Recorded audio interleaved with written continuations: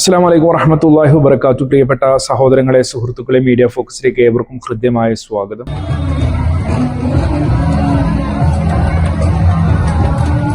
നമുക്ക് വ്യക്തമായി തെറ്റാണെന്ന് ബോധ്യപ്പെട്ട ഒരു കാര്യം അത് നമ്മുടെ സഹോദരങ്ങൾക്ക് പറഞ്ഞു കൊടുക്കുക എന്നുള്ളത് നമ്മുടെ ഉത്തരവാദിത്തമാണ്. ആ ഉത്തരവാദിത്വ നിർവഹണത്തിന്റെ ഭാഗമായി കൊണ്ട് മാത്രമാണ് ഞാൻ നിങ്ങളുടെ മുന്നിൽ വന്ന് സംസാരിക്കുന്നത്. പ്രിയപ്പെട്ട സഹോദരങ്ങളെ, ഞാൻ ഇന്ന് സംസാരിക്കാൻ പോകുന്ന വിഷയം നബിദിനം ആഘോഷിക്കുന്ന ആളുകളോട് സമസ്തയുടെ ഉസ്താദ് എഴുതി വെച്ച പുസ്തകം കാണിച്ചുകൊണ്ടാണ്. അതുകൊണ്ട് തന്നെ സമസ്തക്കാരായ നബിദിനം ആഘോഷിക്കുന്ന ആളുകൾക്കൊക്കെ ഈ വീഡിയോ ഒന്ന് എത്തിച്ചു കൊടുക്കണം. നമ്മുടെ ഒരു ഉത്തരവാദിത്വ നിർവഹണം എന്ന രീതിയിൽ വളരെ സങ്കടകരമെന്ന് പറയട്ടെ, പല ആളുകളും പ്രവാചകന്റെ ബർത്ത്ഡേ ആഘോഷിക്കുന്നത് മുജാഹിദുകളോടുള്ള വാശി തീർക്കാൻ വേണ്ടിയൊക്കെയാണ്. ഇങ്ങനെയൊക്കെ ഇബാദത്ത് ചെയ്യുന്നതിൽ ഒരു പ്രസക്തിയും ഇല്ല എന്നുള്ളത് നാം ആദ്യം മനസ്സിലാക്കുക. ആരോടെങ്കിലുമില്ല വിദ്വേഷം തീർക്കാൻ വേണ്ടിയൊന്നുമല്ല ഇസ്ലാമികമായി ആചാരങ്ങളോ അനുഷ്ഠാനങ്ങളോ ചെയ്യേണ്ടത്. അള്ളാഹുവിന്റെ പ്രീതിയും പൊരുത്തവും കാംക്ഷിച്ചുകൊണ്ടാണ്. അത് നമുക്കിടയിൽ ആർക്കും തന്നെ തർക്കമില്ലാത്ത ഒരു വിഷയമാണ്. എന്നാൽ പ്രവാചകന്റെ ബർത്ത്ഡേ ആഘോഷിക്കൽ ബിദ്അത്താണെന്ന് മുജാഹിദുകൾ പറയുന്നതിന്റെ കാരണം എന്താണ്? പ്രവാചകനോ സഹാബാക്കളോ നബിദിനം ആഘോഷിച്ചിട്ടില്ല എന്നത് തന്നെയാണ്. നമ്മളിവിടെ ആദ്യം പരിശോധിക്കാൻ വേണ്ടി പോകുന്നത് ബിദ്അത്ത് എന്താണ് എന്നാണ്.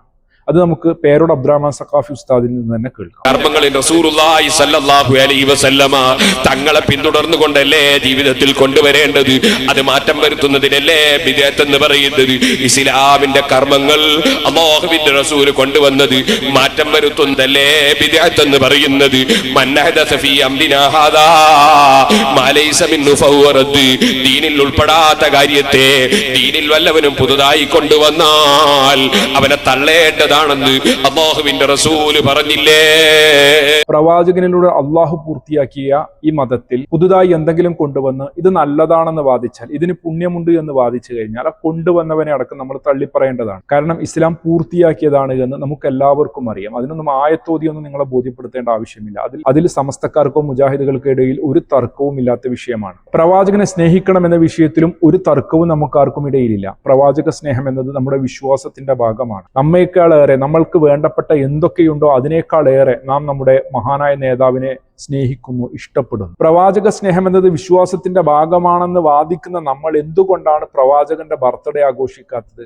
നമ്മൾ ഇന്ന് നമ്മുടെ നാടുകളിൽ കാണുന്ന രീതിയിൽ ആഘോഷങ്ങൾ സംഘടിപ്പിക്കാത്തത്, ഇത്തരം ആഘോഷങ്ങൾ ബിദ്അത്താണെന്ന് പറയുന്നത്? അത് നമ്മുടെ പ്രവാചകനോ സഹാബാക്കളോ ഉത്തമ തലമുറക്കാരോ 4 മദ്ഹബിന്റെ ഇമാമിങ്ങളോ നമുക്ക് പഠിപ്പിച്ചു തന്നിട്ടില്ല എന്നുള്ളത് തന്നെയാണ്. നമ്മുടെ നാടുകളിൽ ഇത്തരം ആഘോഷം സംഘടിപ്പിക്കുന്ന ആളുകൾ വാദിക്കുന്നത് എന്താണ്?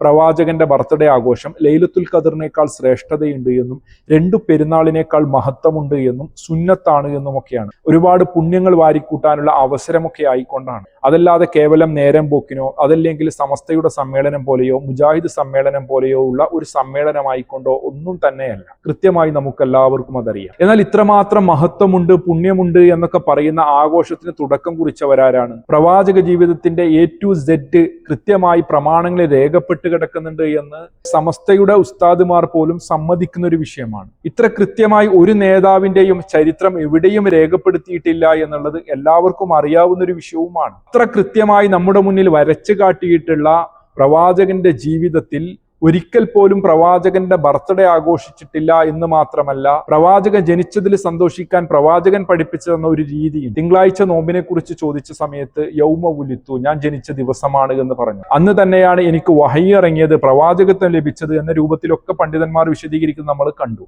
അതുകൊണ്ട് തന്നെ നമ്മൾ തിങ്കളാഴ്ച നോമ്പെടുക്കുന്നു. എന്നാൽ നമ്മൾ പല ആളുകളിൽ നിന്ന് കേൾക്കുന്ന ഒരു ചോദ്യമാണ്, ലോകത്തുള്ള പല ദിക്കുകളിൽ നിന്നും പ്രവാചകന്റെ ജന്മദിനം ആഘോഷിക്കുന്നില്ലേ? നിങ്ങൾ മാത്രം എന്തിനാണ് ഇങ്ങനെ ഇതിനെ എതിർക്കുന്നത്?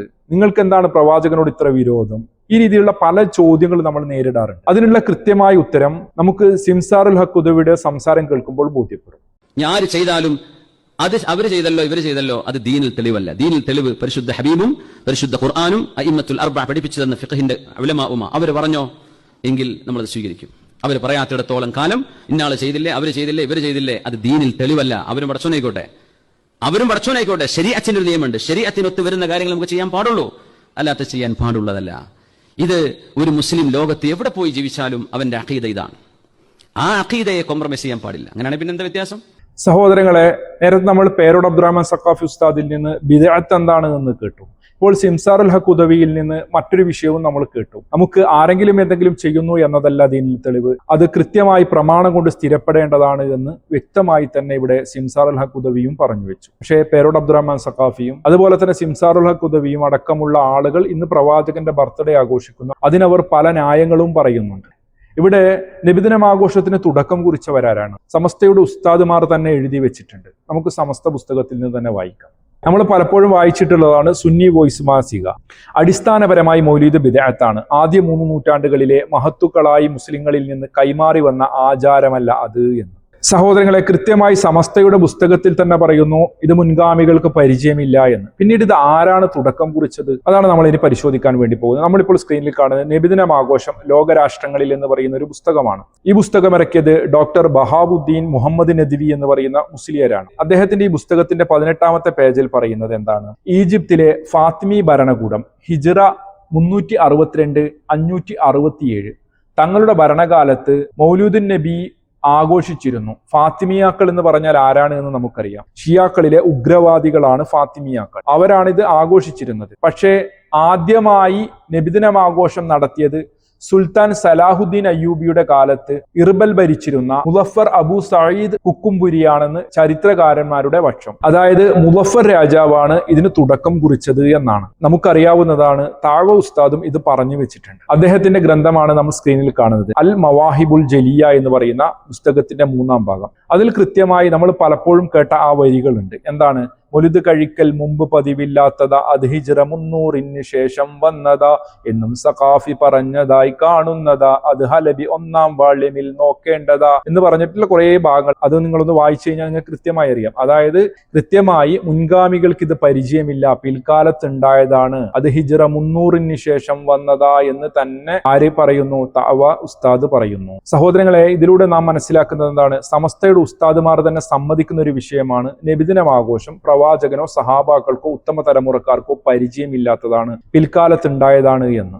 സ്വാഭാവികമായും ഇതൊക്കെ പറയുന്ന സമയത്ത് ആളുകൾ പറയുക, കുട്ടികൾ പ്രവാചകന്റെ മഹത്വം പറയുന്നതല്ലേ, പ്രവാചക പ്രകീർത്തനം നടത്തിക്കൊണ്ട് ആളുകൾക്ക് മധുരപലഹാരം വിതരണം ചെയ്യുന്നതല്ലേ, അതുപോലെ തന്നെ പാവങ്ങൾക്ക് സദ്യ നൽകുന്നതല്ലേ, മൗലിദ് സദസ്സ് സംഘടിപ്പിക്കുന്നതല്ലേ, അങ്ങനെ തുടങ്ങി പല രീതിയിലുള്ള പല ന്യായങ്ങളും നമുക്ക് പറയാനുണ്ടാകും. അവർക്ക് ബോധ്യപ്പെടാൻ വേണ്ടി നമ്മുടെ അമ്പലക്കടവ് അമീദ് ഫൈസി ഉസ്താദിന്റെ ഒരു സംസാരം കേൾക്കാം. ഒരു മുഖാമുഖത്തിൽ ഒരാളുടെ ചോദ്യവും അതിന്റെ ഉത്തരവും.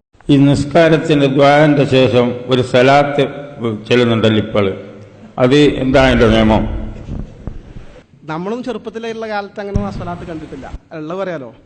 ഇപ്പോൾ കുറേ കാലമായിട്ട് ചില സ്ഥലങ്ങളിലൊക്കെ നിസ്കാരം കഴിഞ്ഞാൽ ചില സ്ഥലത്ത് 3 സ്വലാത്ത് ഏൽപ്പിക്കാതെ തുടങ്ങിയത് തോന്നുന്നുണ്ട് അല്ലേ?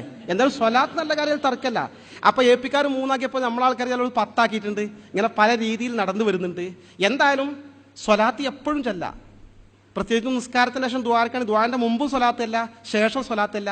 അത് 2ഉം ചെല്ല, 3ഉം ചെല്ല, 5ഉം ചെല്ല, 10ഉം ചെല്ല. പക്ഷെ പള്ളിയിൽ നിസ്കരിക്കാൻ മറ്റ് ജമാഅത്തിൽ വരുന്ന ആളുകൾക്ക് ആശയക്കുഴപ്പം തശ്വീഷൊന്നും ഉണ്ടാക്കാൻ പാടില്ല. അത് ഒരു പ്രധാന വിഷയമാണ്. മാത്രമല്ല ആ സ്ഥലത്ത് പ്രത്യേകം സ്വലാത്ത് 3 സുന്നത്താ വിചാരിച്ച ബിദ്അത്തായി. ഒരു ഇസ്ലാമിലെ മസല അങ്ങനെ. ഇപ്പോൾ നിസ്കാരത്തിന്റെ ശേഷം 3 സ്വലാത്ത് ചെല്ലൽ, ദ്വാന്റെ ശേഷം 3 ശേഷം സ്വലാത്ത് ചെല്ലൽ പ്രത്യേകം സുന്നത്താണ് വിശ്വസിച്ചാൽ തെറ്റാണ്, അനാചാരമാണ്, ഒഴിവാക്കപ്പെടേണ്ടതാണ്. കേട്ടില്ലേ സഹോദരങ്ങളെ? നിങ്ങളുടെ ഉസ്താദ് ഇവിടെ പറഞ്ഞു വെച്ച വിഷയം നിങ്ങൾ പരിശോധിക്കുമ്പോൾ ദിക്റിന് കുഴപ്പമുണ്ടായിട്ടാണോ? നിസ്കാരത്തിന് ശേഷമായതുകൊണ്ട് കുഴപ്പമുണ്ടായിട്ടാണോ? അവിടെ സുന്നത്താണെന്ന് വാദിച്ചാൽ ബിദ്അത്താണ് എന്നാ പറയുന്നത്. എങ്കിൽ ഞാൻ ചോദിക്കട്ടെ, നബിദിനം ആഘോഷം പ്രവാചകനോ സഹാബാക്കളോ ഉത്തമ തലമുറക്കാരോ നമുക്ക് പഠിപ്പിച്ചു തന്നിട്ടില്ല എങ്കിൽ, മതത്തിന്റെ പേരിൽ പുതിയതായി വന്നതാണ് എങ്കിൽ, ഹിജ്റ 300 ശേഷം വന്നതാണ് എങ്കിൽ, എങ്ങനെയാണ് നിങ്ങൾ ഇസ്ലാമിൽ ഇത് വലിയ പുണ്യമുള്ള സുന്നത്തായ ഒരു കർമ്മമായി ആചരിക്കുക? എങ്ങനെയാണ് ഇതിന് ലൈലത്തുൽ ഖദറിനേക്കാൾ ശ്രേഷ്ഠതയുണ്ട് എന്ന് പറയുക? എങ്ങനെയാണ് ഇതിന് 2 പെരുന്നാളിനേക്കാൾ മഹത്വമുണ്ട് എന്ന് പറയുക? അത് നാം ഗൗരവത്തോടെ മനസ്സിലാക്കണം. അതുകൊണ്ട് തന്നെ സഹോദരങ്ങളെ, നബിദിനവാദികളുടെ നേതാവായ ഉസ്താദിന്റെ ഒരു പുസ്തകത്തിൽ നിന്ന് നമുക്ക് കൃത്യമായി ഒരു കാര്യം പഠിക്കാനുണ്ട്. ഇനി നമുക്ക് സമസ്തയുടെ പുസ്തകത്തിലേക്ക് പോകാം. അതോടെ നിങ്ങൾക്ക് ഏറെക്കുറെ കാര്യങ്ങളൊക്കെ ബോധ്യപ്പെടും. നമ്മളിപ്പോൾ സ്ക്രീനിൽ കാണുന്നത് SYS പുറത്തിറക്കിയ ഇസ്ലാം മതം എന്ന് പറയുന്ന പുസ്തകമാണ്. നെല്ലിക്കുത്ത് ഇസ്മായിൽ മുസ്ലിയാർ എഴുതിയ പുസ്തകമാണ്. ഈ പുസ്തകത്തിന്റെ 152ാമത്തെ പേജിൽ പറയുന്നത് പൗരോഹിത്യത്തിന് സ്ഥാനമില്ല.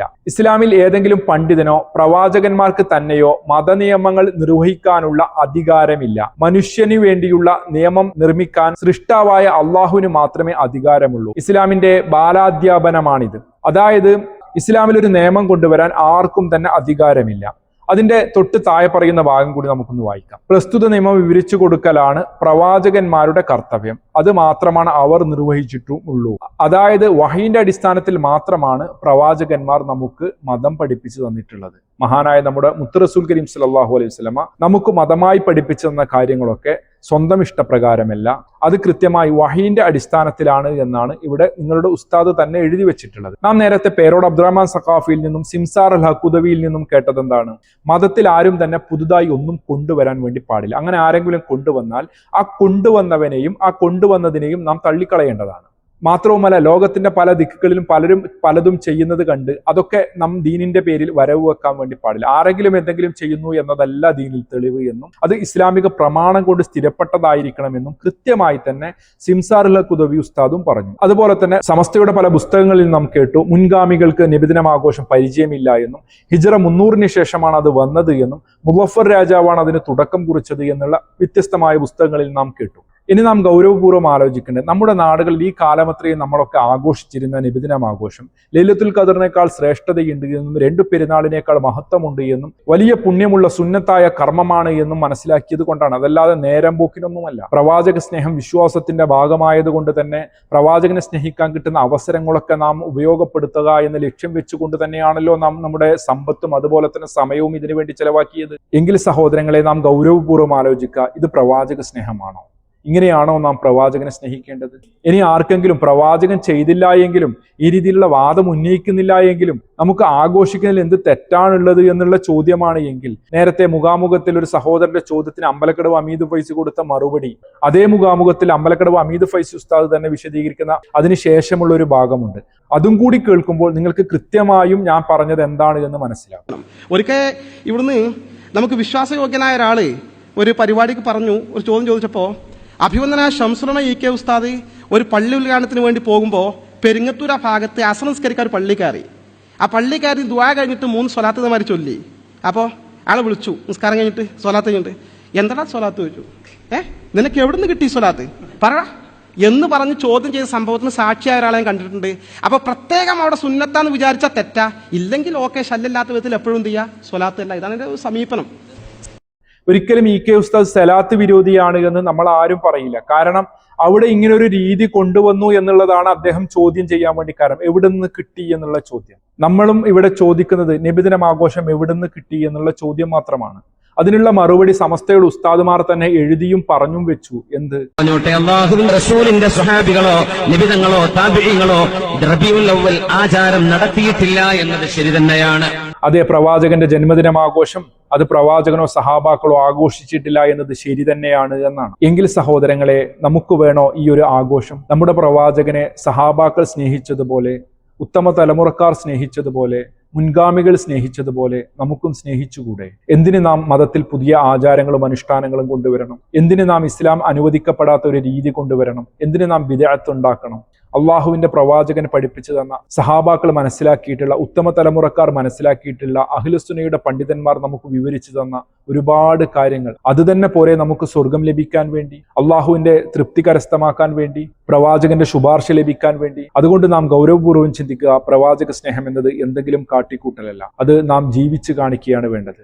സഹോദര, ഇത് കേട്ടപ്പോൾ പല ചിന്തകളും നിങ്ങളെ അലട്ടിയേക്കാം. നിങ്ങൾ പറയുന്നതൊക്കെ ശരിയാണ് എങ്കിൽ പോലും നാം ഈ കാലമത്രയും ആഘോഷിച്ച ആഘോഷം എങ്ങനെ നാം വേണ്ട എന്ന് വെക്കും എന്നുള്ള പല ചിന്തകളും നമുക്കുണ്ടായേക്കാം. ഗൗരവപൂർവ്വം അത്തരം ചിന്തകൾ നാം മാറ്റിവെച്ച് നാം യഥാർത്ഥ പ്രവാചക സ്നേഹിയാകാൻ വേണ്ടി ശ്രമിക്കുക. കാരണം മുൻഗാമികൾ പിൻഗാമികൾക്ക് വേണ്ടി ഒന്നും തന്നെ മാറ്റിവെച്ചിട്ടില്ല. സ്വർഗത്തിലേക്ക് അടുപ്പിക്കുന്ന സർവ്വകാര്യങ്ങളും മഹാനായ നമ്മുടെ നേതാവ് മുത്ത് റസൂൽ കരീം സല്ലല്ലാഹു അലൈഹി വസല്ലം നമുക്ക് പഠിപ്പിച്ചു തന്നിട്ടുണ്ട്. നരകത്തെ തൊട്ട് തടയപ്പെടുന്ന സർവ്വകാര്യങ്ങളും നമ്മുടെ പ്രവാചകൻ നമുക്ക് പഠിപ്പിച്ചു തന്നിട്ടുണ്ട്. അതൊക്കെ കൃത്യമായി മനസ്സിലാക്കിയ ആളുകളാണ്. അതുകൊണ്ട് ഗൗരവപൂർവ്വം തിരുത്താൻ വേണ്ടി ശ്രമിക്കുക.